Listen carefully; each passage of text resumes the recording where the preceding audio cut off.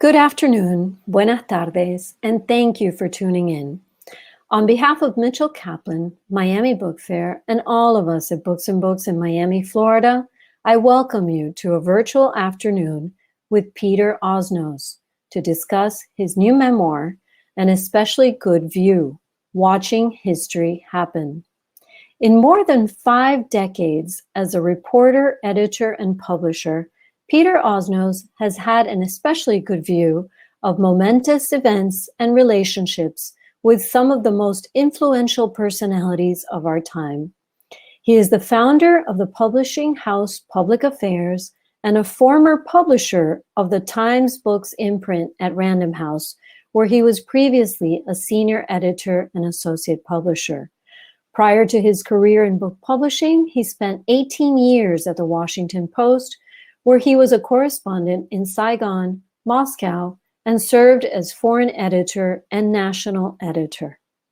To moderate this afternoon's conversation, we're joined by his son, Evan Osnos, a staff writer at The New Yorker, a CNN contributor, and a senior fellow at the Brookings Institution. Based in Washington, D.C., Evan writes about politics and foreign affairs. He was the China correspondent at The New Yorker from 2008 to 2013.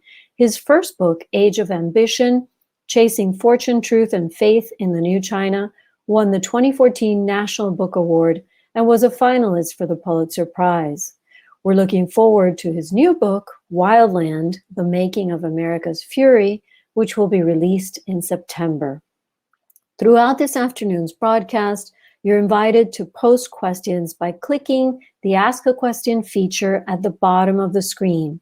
And you can order your copy of An Especially Good View from Books and Books below by pressing the green button. We appreciate each and every order and the generous donations from viewers everywhere. And now, without further ado, I'd like to welcome our guests to the virtual stage. Hello. Hello. Hi. Welcome, welcome. Thank you very much. It is. I recognize him anywhere. I would say we don't have to do much of the get to know you phase of this, you know? No fumbling around on that. We've been doing it for 44 years, and I think we're getting pretty good at it.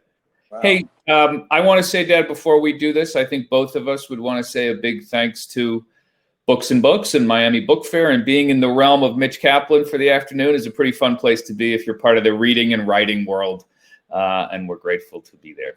I want to say for folks, there are going to be some people I think on this who have bought the book, some people who will read it afterwards, and I think there is we have two options. One is, do you want to read a little bit from? I don't have it in front of me, so I'll make it up. Well, I think I can do it in the form of a question. Look, I think what we want to do is give people a sense of two things. One, I just want to give people a sense of what it is we're going to be talking about. We're going to talk for a while. We're going to then open it up for questions. If people have questions, please go ahead and put it into the Q&A at any point, and we'll get to it at the end. I want to say that this is going to be a conversation about journalism. It's about publishing. It's also a bit about some of the underlying things that are of interest to both of us in the sort of intersection of writing and public life. And it's been a thrill for me to watch this book come about, because it is something which is selfishly, it's a great gift to me and to my kids and to everybody who comes after us that we have this book.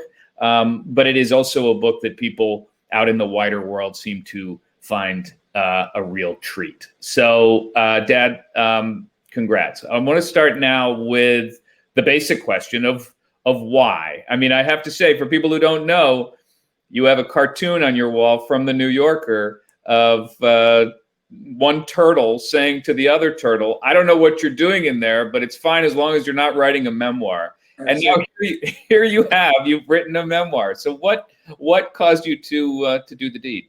Well, I've always believed in irony. That's the main thing. Well, the book started when your nephew, Benjamin Sanford, was a teenager, maybe 13 or so, and he said to me one day, Elvis is what they call me, because, as you know, I declined to be poopy or Oopie.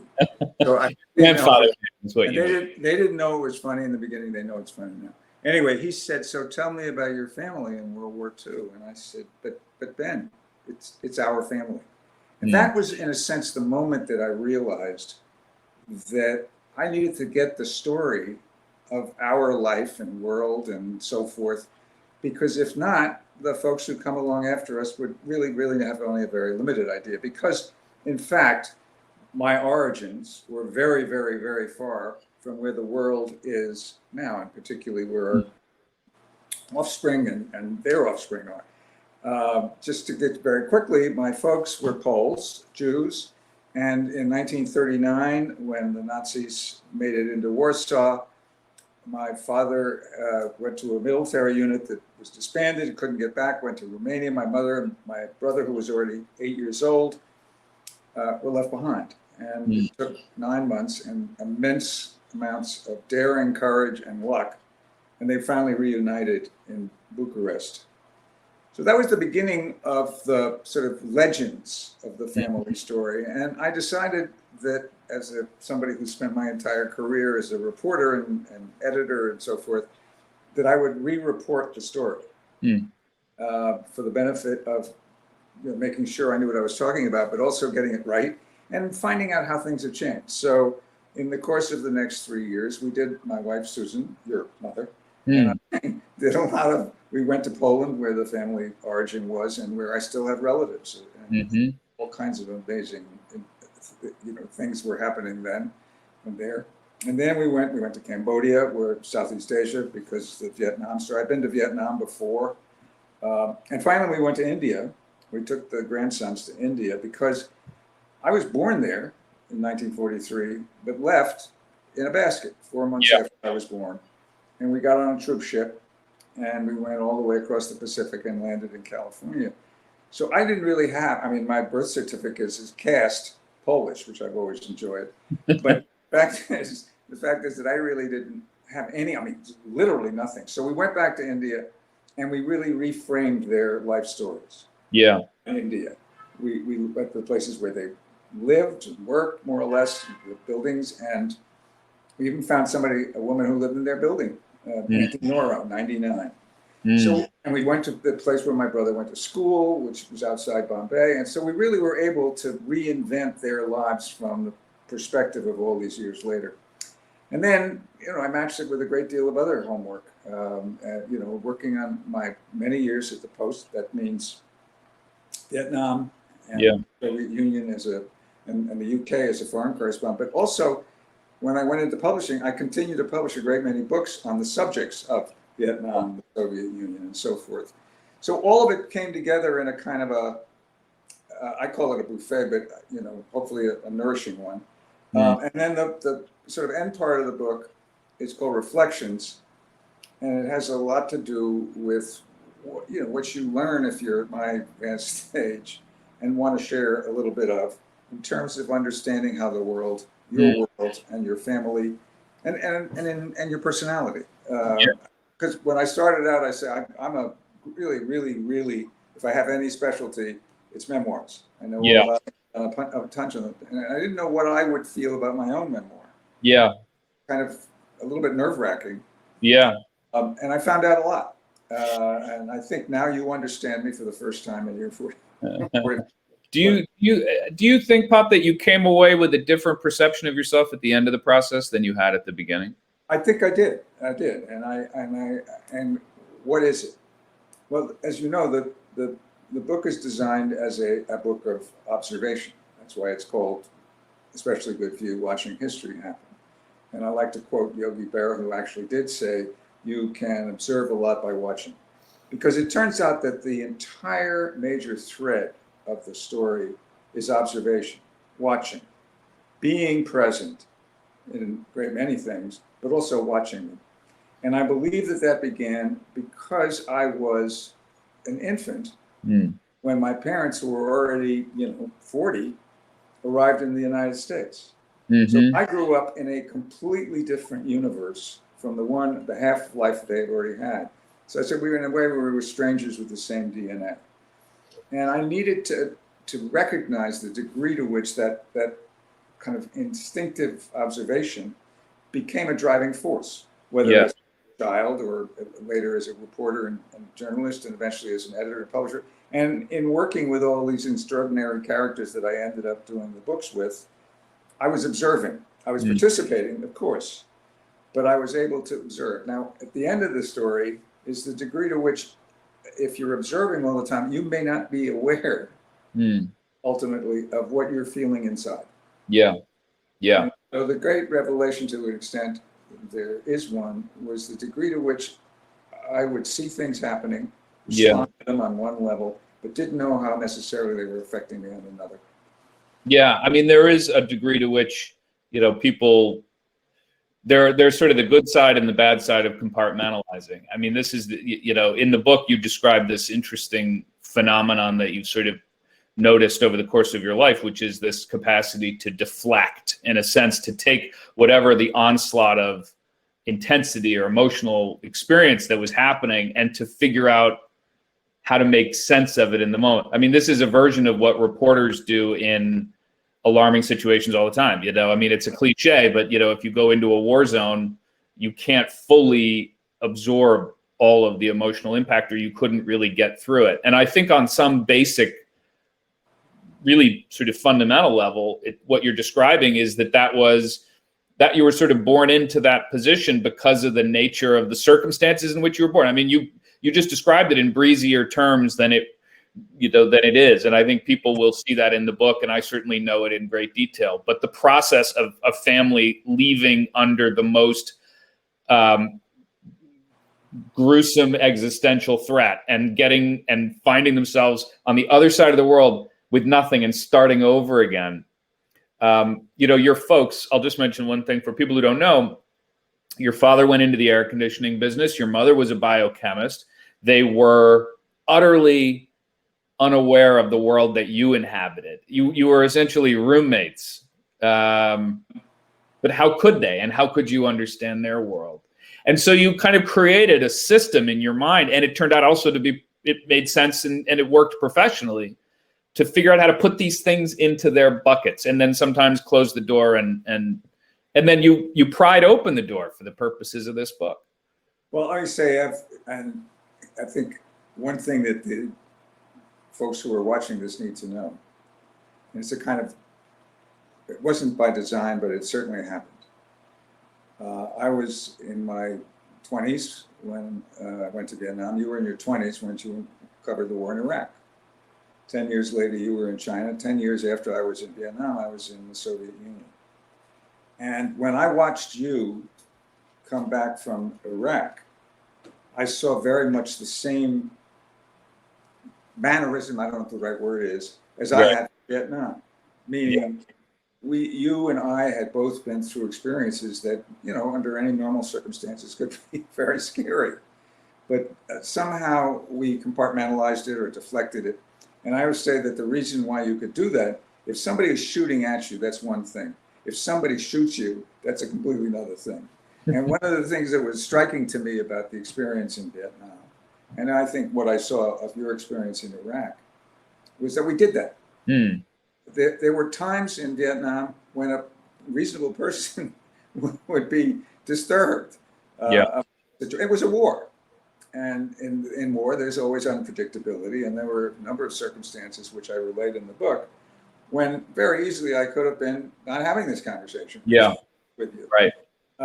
And in many cases, I didn't realize or appreciate until many years later just how close it had been, and the fact that I had been through something and put it out of my mind. I mean, the simplest one to know is that Benjamin Bradley, who was the great editor of the Washington Post and my boss, came to Vietnam on a visit in February '71. He's supposed to come on a Tuesday. Instead, he came on the Monday. So I canceled the trip on a helicopter with a Vietnamese general, and that helicopter took off and exploded. And it wasn't until 30 years later, when Bradley was writing his memoirs, and his researcher called me and said, what happened when Ben was in Vietnam, that I revisited that moment.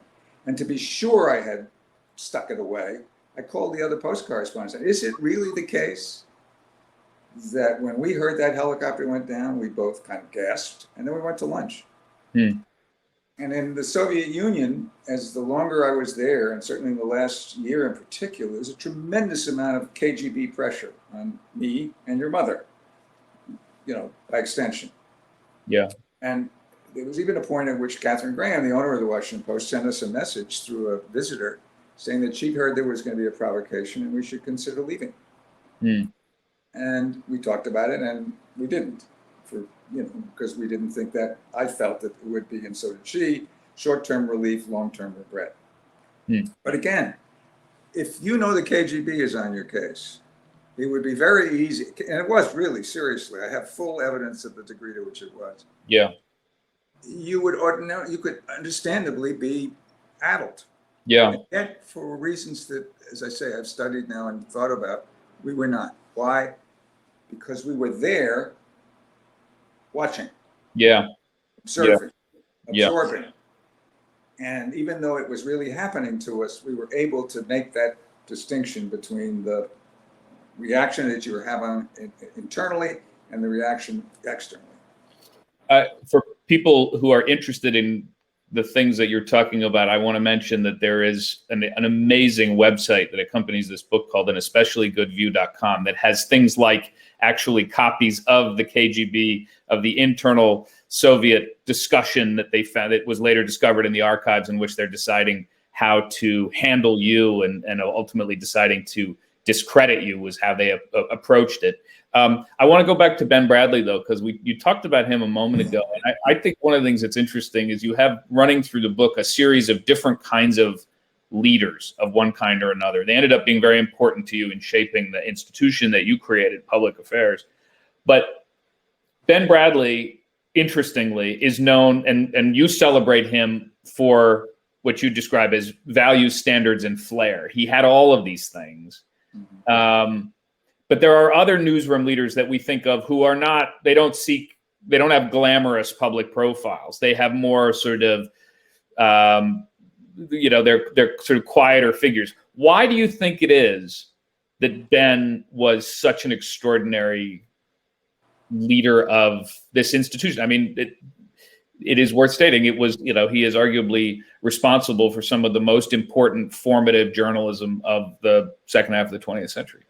Well, there have been two movies made in which Ben is a major character. One is Jason Robards in All the President's Men, and the other is Tom Hanks in the movie The Post about the Pentagon. And the truth is, neither of them come close. Ben just had this sort of natural presence, which if you were around him, you believed he was going to take the right course when it came to the news business. It was a mix of charisma, of course, but also his point of view about what journalism was meant to do was truly extraordinary. It had a sense, it was not ideological. Yeah. It was not polemical. Yeah. It was about getting the story, getting it right, and getting it in the paper as soon as possible. He wouldn't have kept this, safe for a family audience. He would have used the appropriate terminology. But let me say this. Ben's conversations rarely were acceptable for a family audience. Anyway, but Ben, I worked for Ben for 18 years. And the 18 years I was there, he was the editor of the paper and Catherine Graham was the owner of the paper. And it was one of the great combinations, I think, in modern journalism, certainly. Why? Because Ben had the style and the dash and the commitment, and Kay had the courage at several really crucial moments to stick with Ben's judgment on stories. And as a result, those of us who were working there felt confident. We felt confident that what we were doing was meaningful and was supported. Yeah. And there's chapter and verse on that. So it wasn't just that Ben was glamorous. Ben delivered. Yeah. No one who knew him would tell you that glamour was superficial. Genuinely designed to lead a newsroom. I don't know whether he would have been a good bookkeeper, but he sure as hell was a good editor. And it wasn't that he ever sat down at a, and changed the adjectives, because that was not his thing. He wanted you to get the story. Yeah. He knew how to get a story. And if you got the story and it was a good story, boy, he'd run with it. Yeah. And I think that was one of the reasons why, as a young journalist, and then not so young journalist, I just felt very much part of something that was worth being part of. Yeah. So you, as many people know, and I think there's a lot of book people who are watching this today because of the fact that we're doing this here with Books and Books. You decided, of course, at a certain point, as everybody knows, you went from journalism into publishing. Mm-hmm. And you'd been a journalist for 20 years at that point, more or less. And you arrive in the book publishing world. I'm curious, were there things that you saw about book publishing that you looked at it as coming to it as a complete outsider again, and especially good view, and you thought, this is nuts. Why do they do things this way? Well, yes. The first thing I understood about the difference between what I had been doing as a journalist and what I was now going to be doing as a book person, editor, publisher. In journalism, you went out, you got the story is written and printed, and you go home. In publishing, there's a story, you get the story gets written, it gets printed, and then you have to sell the story. That's the distinction. Most people who are in the sort of loftier parts of journalism don't have to sell the story, although today's world is somewhat different because engagement is so much more important than it was. At the Washington Post, Katharine Graham used to say, at the Washington Post is Woodward and Bernstein, the great Watergate reporters, and Woodward and Lothrop, the great department store. Mm-hmm. They were two universes completely separate. Yeah. I never, as a reporter, ever gave 1 minute's thought to the selling of ads. Yeah. When I got to be a book person, what I immediately understood is that I got to sell those books. Now, I didn't actively go from store to store, but I had to understand the degree to which I was now in a business. Books are a business. And what we believe is they're more than a business because they have some virtue. Yeah. It is a business. Yeah. And publishers don't function by the goodwill of proprietors. Publishers need to pay the rent. And so that was, to me, and again, not planned particularly, but if I had gotten there and discovered that I didn't like the sort of publishing part, I would have been a bust. Because no one told me what to do. It's just not the way it works. Mm-hmm. Bob Bernstein, the chairman, had hired me and said, come and work here, and then said, now swim. Essentially. So I didn't know what I was supposed to do, so I did everything until I figured out what I was supposed to do. You sort of went in there essentially as a journalist would in an unfamiliar environment and started interviewing people and kind of is my impression from reading in the book. You kind of went around and said, all right, I got to master this thing, or at least pretend I know what I'm doing. So start talking to people. I did. And, I had a notebook and I climbed up and down the, 20 stories of the Random House building, talking to people and writing the things down. They must have thought it was kind of peculiar, but then I have to say that maybe the most significant piece of advice I got actually came from Bob Bernstein after I'd been there a few weeks. And I marched into his office and I said, listen, Bob. I said, Bob, why wasn't I at a meeting of senior figures of some kind? And he looked at me and he didn't smile and he was very clear. He said, Peter, keep your eye on the books. Yeah. If the books work, everything will be fine. If the books don't work, nothing will save you. And for reasons that, I've reflected, I actually heard him say it and listened.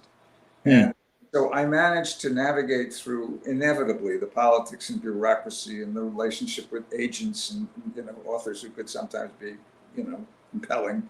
What? Authors are always uniformly pleasant and easy to get. There are people in the book that some people will discover that they would not necessarily want to be associated with. Right. But so I navigated the politics in a way that allowed me to do the things I wanted to do, but largely it's because I was principally interested in the books, but with always an understanding that if the books didn't leave the warehouse, that they didn't end up in people's hands, then it was more than a pity. Yeah. Really a failure. We will talk about some of the, there have been some sort of iconic figures that you've published. But before we do, I want to talk about a couple of patterns that emerged. One of the things that's really interesting when you talk about some of the books you were working on is that there were people who you assumed when you signed them up, or when you met them, or when they said, I got a book I want to write. Well, this will be fine. They're a writer, whatever. But what you discovered was that actually this thing, writing a book, was very different than the other thing people were doing. What did you encounter along those lines? And did you ever figure out a way to try to help somebody, cross that Rubicon if they were too paralyzed by the sudden prospect? Okay, good news, I got a book deal. Now what the hell do I do? Well, actually, again, since I hadn't been to book school, I picked it up fairly early on. Two quick stories, and they were in the early years. One was, remember the great ABC correspondent, White House correspondent, Sam Donaldson? He was a very colorful character. And he wanted, he was going to do a memoir covering Carter and Reagan, and he was at that time a hugely popular and visible figure. Yeah. And he went away. This was very early in my work.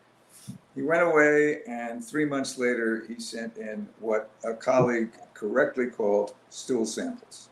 A few pages of very kind of stuttery stuff that didn't congeal, didn't work. So I went down to see him in his home, and somehow it came to me to say to him, look, Sam, you're a talker, not a writer. Yeah. Talk to what we then call the word process. Just talk to the word process. Tell stories to the word process as you would tell them to your friends and family and at a dinner party. Yeah. And a couple of months later, this huge stack of paper arrives. In those days, it was all one, you had to rip them apart.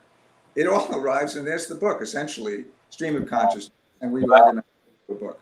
The second major lesson I learned was the one when I did my really first big book was Tip O'Neill, the great Speaker of the House. And, what Tip knew about writing a book was limited. He had a very terrific co-author, a fellow named Bill Novak, who had made his name writing The Iacocas, very, very successful book. Now, Bill is one of those fabulous characters. I always say like a great character actor. His own persona, while gifted, is bland. I mean, like Alec Guinness, right? Anything. So Bill could pick up Tip's very specific language. Wow, that's genius. And it was, and when we were done with the book, and again, the people, all the wise guys in Boston were saying, listen, if O'Neill doesn't talk about Jack Kennedy and women, it's not a book. It's just not a book. Well, we had to circle around and around, and we finally came up with a line that was, there are a lot of stories about Jack Kennedy and women. I'm just not going to repeat any of them. Yeah. Tip's private line was, not while the widow's alive. So we dealt with that. And that was, finding the right language. But then when I sat down with him at the end of the process and said to him over lunch, Tip, publishing this book is going to be like a campaign. You're going to have to go out there and knock on doors effectively, in effect, and ask people to vote for you. Yeah. I could just see the scales fall from his eyes. Suddenly he understood the process. Right. Now there was a book, and now he had to get it in people's hands. He had to get them to vote for him by buying the book. Yeah. And what was fun about it, but first of all, Tip was just a great character to be with. Yeah. His wife called him Tom. Everybody else called him Tip. And when I went to give him the first copy of the book, and I presented it to him, and we were talking about his publicity schedule, he said, remember this was the late 80s, the top show in town was the Phil Donahue show. Yeah. He said, not doing Donahue, not doing Donahue, because he's going to ask me about abortion. And I'm explaining why it was important. And Millie looks up from the knitting and she says, Tom, he's begging you, Tom. And so off we went. And she had the vote in that case. She was able to. So it was one of those things where as you go along, you learn how to manage people's kind of temperament skills. Remember this, the example everybody uses. Michael Jordan was the world's greatest basketball player and a middling baseball player. Because you know how to play the tuba, you may not know how to play the violin. Yeah. And understanding that there are just, calling yourself a journalist is fine, but there are many kinds of journalism. And what I needed to understand was, as I dealt with all of these people, is what was their approach to telling their story.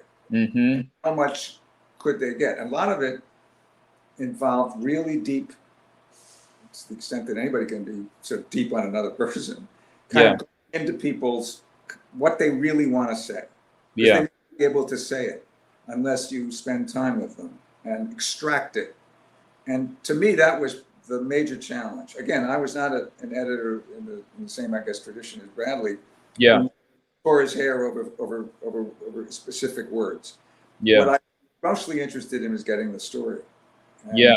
With people until they were comfortable enough. Yeah. And thoughtful enough to actually get the story.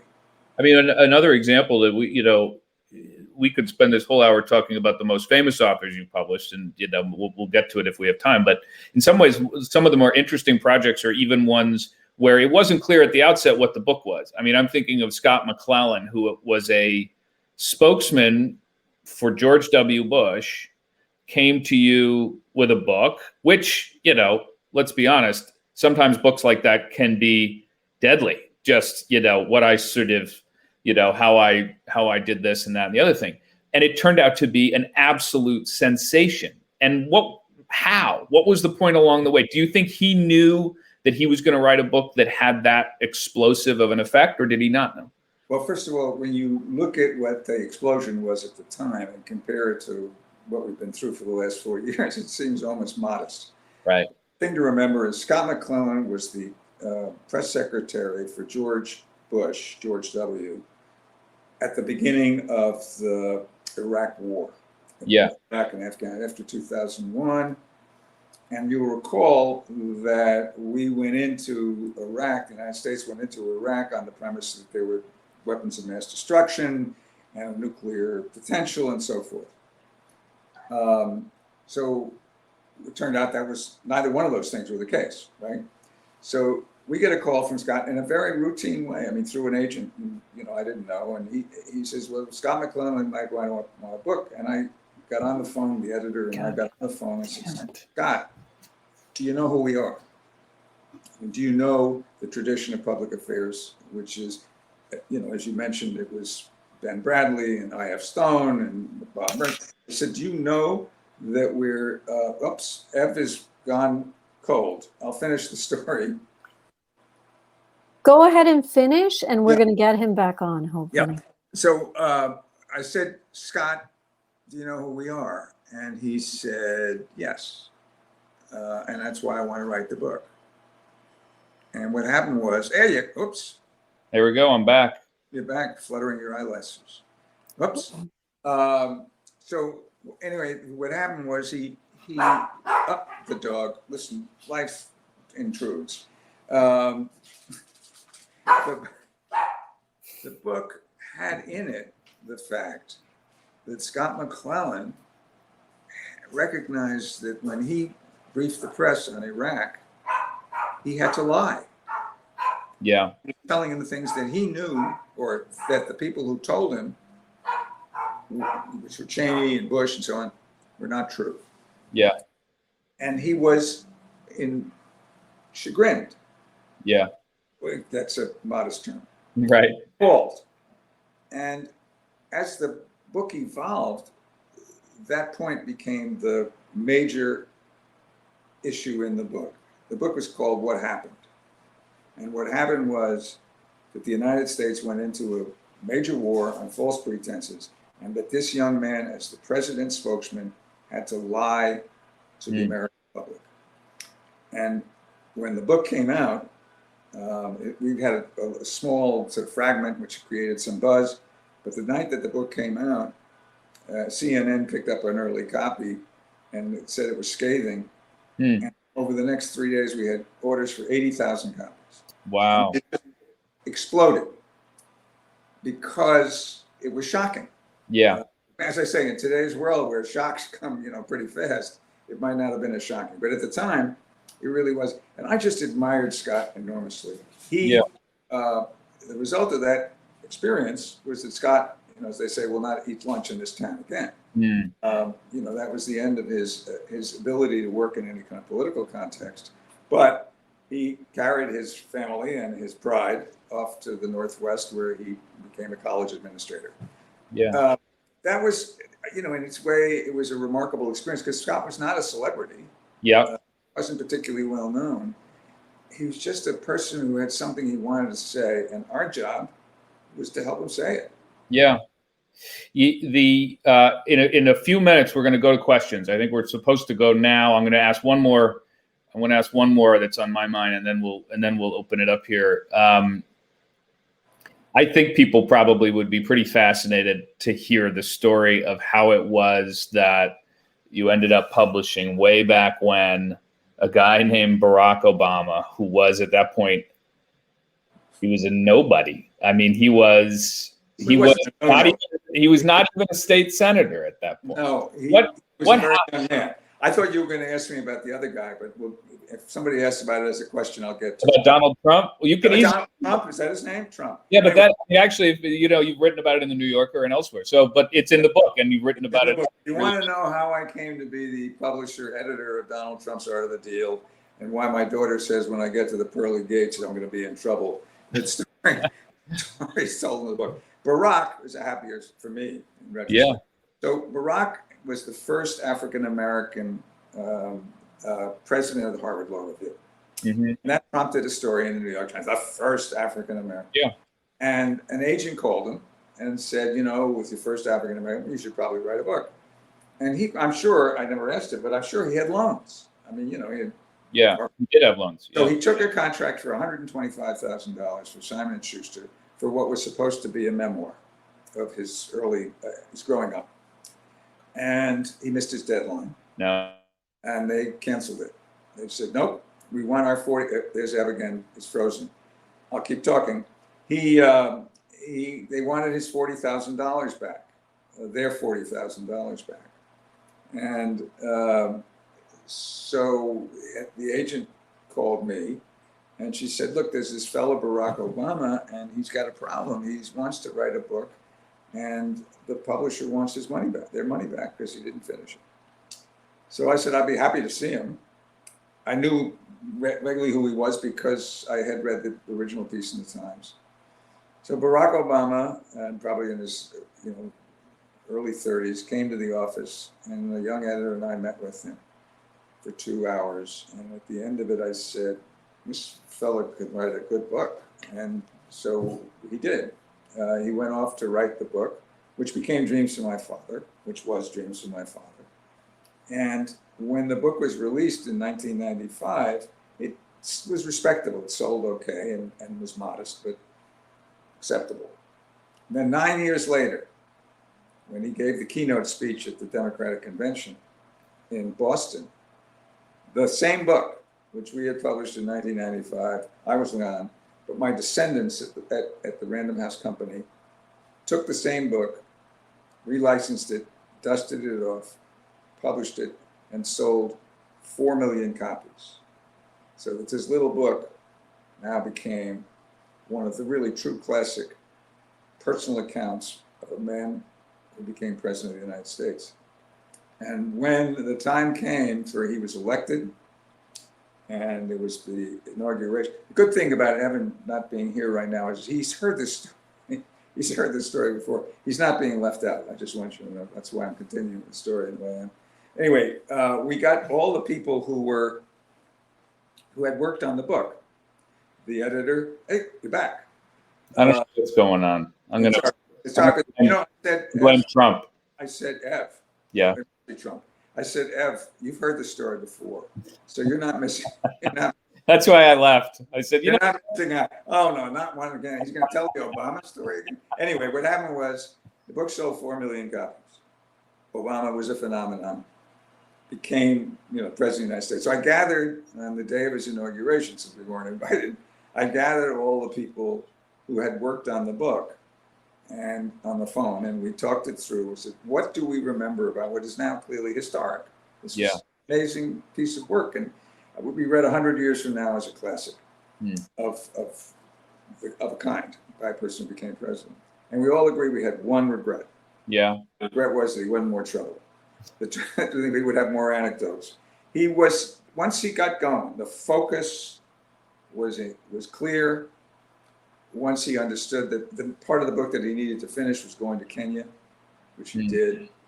appreciating the relationship he had with a father who he never had, and the effect that it had on him. And remember, when we think about how astonishing it is, this man's name was Barack Hussein Obama. We were at war with Osama and Hussein, and yet somehow his presence, and I would argue the quality of the book, galvanized people in a way that eventually led him quickly, amazingly quickly, to become president of the United States. So I gave him $40,000 and got going, and we sold 4 million copies, but that was gone, so there was no bonus involved. He then got I think he got a few dollars more for the next book, but we won't. 65 million was the book. Okay, all right, that's pretty good. For his and Michelle's books, and I wrote to the agent and I said, so 40,000, 65 million. I'm guessing that is the most dramatic arc in the history of publishing. We've got great questions here that I want to make sure we get asked. One is from Bill Novak, who asks, was there a potential memoirist whom you always wanted to get but never could land? Let's see now. Novak. No. Well, the story about I'm pleased that Bill's on this. I don't think he's done any of the other events, but so Bill and I did Tip. Yeah. Nancy Reagan, Magic Johnson, among a couple of others, and Sharansky. And after we'd done Tip, he said to me, you know, the two people I most want to do in the world are Natan Sharansky and Paul McCartney. And I said, well, as it happens, I'm working on Sharansky at the moment, and we need help because he's written it in Russian, and we've got a literal translation, but we need to take that first draft to a last draft. Bill came along, and I said, but Bill, you read these Lollapalooza book triumphs. Yeah, that's not what you're going to get from me. Right. Only when we were done, he said to me, you know, Peter, I would have done it for nothing. And I said, now you tell me. But his other hope, his other big hope was Paul McCartney, and I don't think anybody ever got Paul McCartney. It may be too late now. But Bill, let me just say this. I hope you heard what I had to say about you, Bill. It's an astonishing achievement to be able to capture the voice of someone else. Yeah. And put your own persona aside. Collaboration of a book is much more difficult than people really recognize. They think, well, you just sit there and you write it down. No. If a book is going to work, if a collaboration is going to work, the true personality of the person, the subject of the book, has to come through.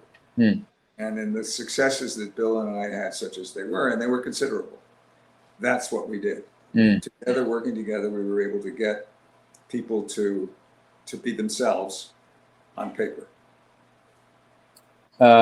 We have a question here from Robert Kimsey, and you'll have to tell people all about Robert Kimsey. He asks, I was often struck by the support and goodwill that PublicAffairs received from all corners of the book publishing industry. What advice would you give to someone trying to create a publishing startup today, and how might it be different from 25 years ago? Boy, this is really festive. I mean, Kimsey, Robert Kimsey. Old Home Week. You got everybody. Yeah. Robert Kimsey was actually the first person, literally first person to join PublicAffairs after it was launched on May 29th, 1997. Robert Kimsey had worked at Human Rights Watch, where my wife was the press director, for 7 years as their editorial person, managing editor. And Susan said, you know, I think Robert is outgrowing this job, but if you hire him, I'm going to kill you both. Well, I did hire him, and he didn't. She didn't. Not yet. You're okay. Not yet. Oh, it's not never. You know, it's not too late. Anyway, Robert Kimsey's his contribution was vast in all kinds of ways, and he knows what they were, and I'm telling you, they were vast, and he did a great job. Why did we do as well as we did in getting started? I think I would like to believe that people understood that there was an element of virtue in our efforts to publish books. PublicAffairs was always designed to be a publisher, that would do books that we thought were important and recognize that they were not going to be for everybody. So we built a book publishing company that was designed to appeal to the kinds of people who might read our books. I always say that there are 300 plus million Americans, and maybe 10% of them were ever going to buy a book of ours. So we had to build a model that was appropriate to that. And Robert and his colleagues were instrumental in that. Devising a way in which you can publish good books, you said books that matter, books of quality, books we hope with integrity, but that not necessarily are going to be commercial triumphs. And some were, as it happens. Otherwise, we wouldn't have been able to make it. You know, we were virtuous enough to have success. Anyway, I'm thrilled that Kimsey and Novak are on the call. That's pretty good.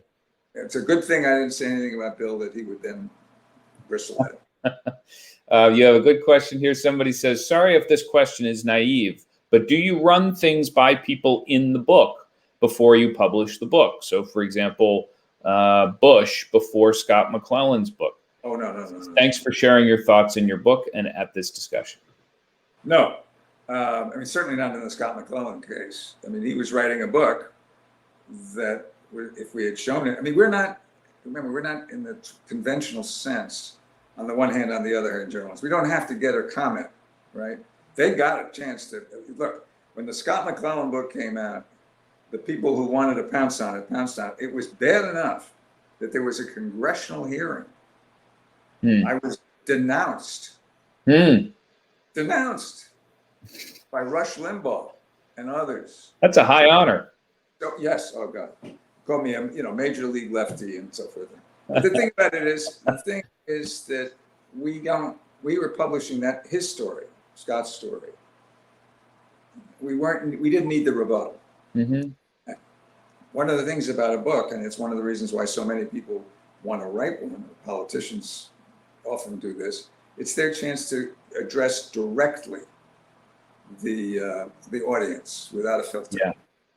Now, so how do I feel about that? I believe that if I publish a politician, that politician, he or she, has to meet the same standards of integrity and tone as anybody else I would publish. So I would not publish somebody that was just going to, a screed, not publish a book that was full of what I knew to be nonsense, which would eliminate a great many political books.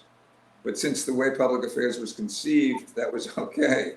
We were only going to publish the books that we could believe in and that we could afford. The problem with politicians these days, many of them think that just because they're in public service, they deserve millions of dollars for their memoirs. And that's just not a game I can play. What do you think about there have been some recent cases of sort of big, high profile, controversial cases like Mike Pence receiving something like $2 million for his book events. What would you do if Mike Pence showed up on your doorstep and he said, I want to write a book? How would you handle that? What do you do? Well, I would say you must be mistaken. This is not. What I would say is pretty much what I just said. I would say to Mr. Pence, or anybody like him, I will publish your book, but I'm going to expect that it meets the standards of every book we publish. I will not publish, I use a very pompous word, which is verisimilitude. It has to have coherence. It has to be faithful to a story that is real, and it cannot be a polemic, and the tone is very important. But it can be a very good and thoughtful book. After all, he was there for 4 years watching Trump, working with Trump, and there's a lot to say about that. Now, I would not expect Pence to be able to do it. But I hope Simon & Schuster, who acquired the book, will get him to do that. The second thing, and this is where I have a sort of slightly Don Quixote impression, which is image, which is I would not give somebody coming in and asking for $2 million that kind of money. What I would say is, and I actually can put this into practice, I would say I will give you every penny that your book earns in royalties. But I will not give you a gift or a guarantee of millions of dollars just because you showed up. And people would say, And I think Bill and I actually had one circumstance and that happened. And I said to the person, very famous person who had gotten out of jail and was a great financier and wanted to write a book, and I said, I'm happy to do it. I'm very happy to do it, but I'm not going to give you an advance. You learn what you want. And he said, oh, that's great. I really want to do it. Next day he called up and said, but the expenses will be about $1 million. So, and that book never happened. I just feel very strongly that people think just because they've been in the limelight and they public service is a payday.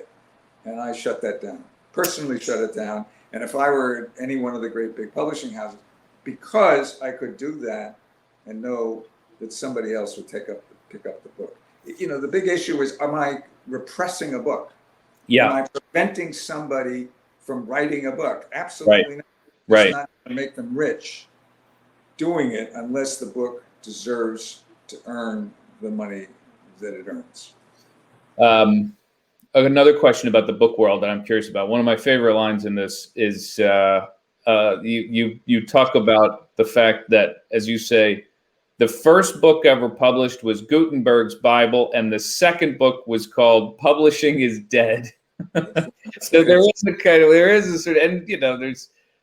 bit of a tendency, a sort of catastrophic tendency to assume that it's always over. Why books? Why are they not dead? Why do they work? Why have, in fact, I mean, in all seriousness, they have in fact defied many of the predictions that people say. I think I'm frozen, but anyway, why is it that they still work? Yeah, well, you know, if you divide up the subject of books into content and distribution, the answer is inherent. Content began with cave paintings. It's stories. It's the way in which we tell history and narrative and novels and all that sort of. Content is eternal. What's changed very dramatically is distribution, particularly in the last 25 years. It used to be said that you would go into a store and you'd see, let me see if I can get Evan's book. And if they had a copy, they would sell it to you. If they didn't, they said they would order it. But in any event, your thought in your head was, I'll see if I can get Evan's book. Today, you can get Evan's book in multiple formats. You can get it as a print book, you can get it as a digital book, you can get it as an audio book. And depending on where you buy it and how, you can have it instantly, or if it's not in stock, it'll come to you very quickly. Meaning the ability, the ease of buying a book, or the convenience perhaps is the right word, has dramatically changed the business and made books much more accessible. The second major reason is that we don't have advertising. The great crisis for most of the media world has been the shift in the way advertising works. From, as I said, Woodward and Lothrop went away. And the great media organizations in the world now deal with essentially subscriptions or sales to consumers. And we always have. So the strength of the book business is that we had something that people really want, which is content. And we managed to figure out the distribution models. And, you know, I think that a store like Books and Books, it has to be said, it's not just a store, it's an institution. Everyone who lives in and around the area, wherever there are Books and Bookstores, identifies with it. So I'm a Books and Books customer, in the same way as they might say I'm a New Yorker reader, or I'm a NPR listener. They are people who believe in the book, but also very much identify with the way the book is presented to them. And if you're able to go into Books and Books, this is one of the things I think people really missed, was the browsing, going in and just sort of enjoying the bookstore. But it did make the bookstores, who had kind of been reluctant to fully embrace online bookselling or digital, this whole process of technology, which is demonstrated today sometimes. We're seamless production over here. Seamless production. Sometimes it's fraught, but the fact is that buying a book is a hell of a lot easier now than it used to be. It's not as though the book, I said there was, in the old days in the Soviet Union, no one ever used the verb to buy. Yeah. You didn't say I bought a pair of shoes. You said, I obtained a pair of shoes. And I used to think that was the way people thought about books. I managed to get that book. Well, now that's not true. I can get Evan's book if I ask for it in one of multiple formats. Yeah. That's a transformational issue. So content, eternal, distribution evolves. One last question, because I'll probably lose my internet connection, but also we're out of time. But I think people are curious about, you've created something called Platform Books, and do you have other books in mind, other things you plan to do with it? Yeah, Platform Books was your mother, Sue's. Yes. What happened was I finished the memoir and I confronted the question of how to publish it. And I thought to myself, well, I'll get an agent, we'll send it to a dozen publishers, and 11 of them will say no, or if 2 of them say yes, there'll be an auction. And I thought, I can't do that. So what we did is create, in effect, an LLC. I mean, it's not an effect, it is an LLC. So this book was not self-published, it was published by a publisher that happened to be ours. And what we did was we put together what I call a gig unit, the same way you do movies or theater. These are all really great professionals who worked on this book project itself. And yes, our next book is being published next year. It's going to be done in cooperation, in partnership with the Harvard Business Review Press. It's called George Soros, A Life in Full. And it's biographical essays by the really best people we could get to describe the various facets of George Soros: philanthropist, speculator, survivor, nemesis of the right. A man of many, many, many facets, who's now 90. No one's ever going to write a full biography of him because it's too hard. So we did it that way. And we finished the book. It'll be published with Harvard Business Review Press next spring. And so, yeah, I'm not trying to start Public Affairs again, as you well know, because Public Affairs is now owned by Hachette. It's doing fine. It's 24 years old. We actually had a gathering of the staff, of the people the other night, and there were people there who hadn't been born when Public Affairs started, which I thought was kind of amazing. Not a lot of them, but enough. So Public Affairs is what it is.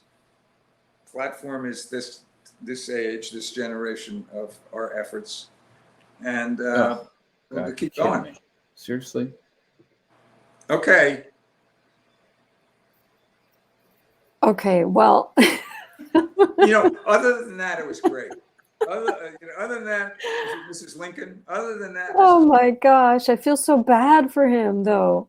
No. I'm going to try to get him on just one more time, but I just want to thank you both. What a fascinating conversation. There he is. I'm back. I just want He looks about, Nope. He looks much older than he did at the start of this hour. What a wonderfully fascinating conversation. Oh my gosh, I've learned so much. And I feel as if I know both of you a lot better. Good.